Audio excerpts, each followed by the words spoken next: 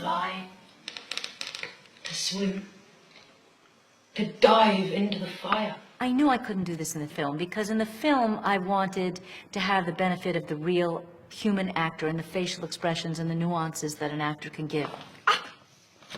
Is there more toil? And Ben Whishaw fit the bill. He's almost rock and roll, like little Keith Richards in there. Just, to be exact, he looks like an Egon Schiele painting. He's very thin and had the humor, and if you just saw him as an actor in rehearsal, the sensual and sexual tension between this young, in his 20s actor and Helen was really cool.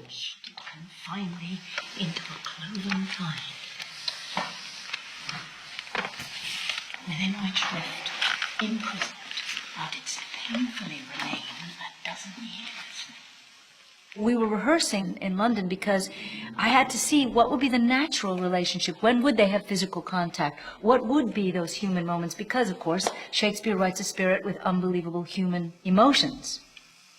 Do you love me, Master? No? Dearly, my delicate Ariel. Does he really mean, do you love me? Or is love so strange? Do you love me, Master? I mean, is that what it is? Do you love me, Mom? Don't do that again. But right at the beginning when I asked Ben, he'd been working all year, and he said, I can't go to Hawaii when you're shooting. I'm free in January. And I thought to myself, can I do this without him on location? But if he's on location, what am I going to do with him? He's just going to be standing on a cliff or standing on a sandbar or in the water. So I decided that that limitation would actually be a virtue.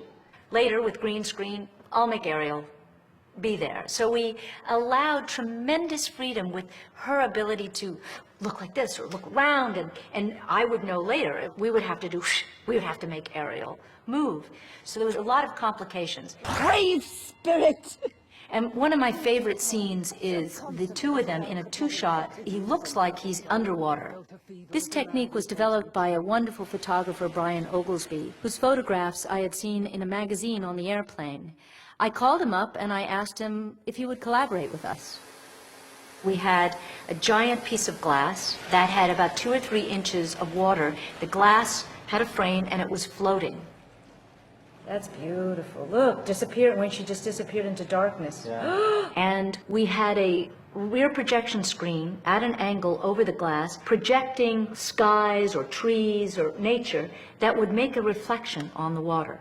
And we put the real actor underneath and light him.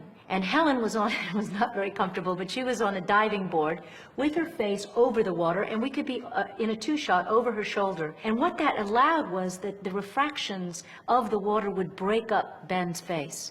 And he looked like he was not real, that he was made of elements. So what Shakespeare suggested, I just did. He was the director. He said, this is what Ariel can do. And frankly, Shakespeare wrote a visual effects piece.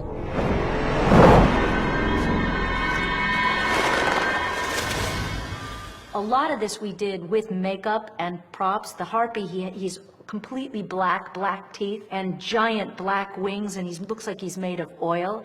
And then we made these legs for the harpy, and the lower part of his body is buried in a mountain of shards of glass. And then we were able, with green screen behind, to make more and more of him and have lots of harpies. You are 3 men of sin. The visual effects are very, very unusual. They're not slick, but they are magical in that sense. I mean, dogs made of lava, and how we did it. It's a combination of high expressionistic style, like the early movies of Méliès and Murnau and Lumière, and what filmgoers expect now, which makes them feel like, my God, this is really happening. I boarded the king's ship. Now in the beak, now in the waist, the deck. In every cabin, I flamed amazement. On a 17th century ship, you hear electric guitars, heavy metal bass approaches. It takes you out of the quote-unquote usual Shakespearean context of hearing something orchestral. It's always throwing a wrench into something, messing with our response to specificity of time. Your charm so strongly works them, that if you now beheld them, your affections would become tender. Dost thou think so, Spirit? Mine word, Master. Were I human? That's like one of the turning points, and even in the film, it's the one moment where I allowed the actor to be physical, where he's not transparent, where he's actually almost human there with Prospera. And she recognizes that her vengeance and her dark powers have taken her one step beyond where she should be.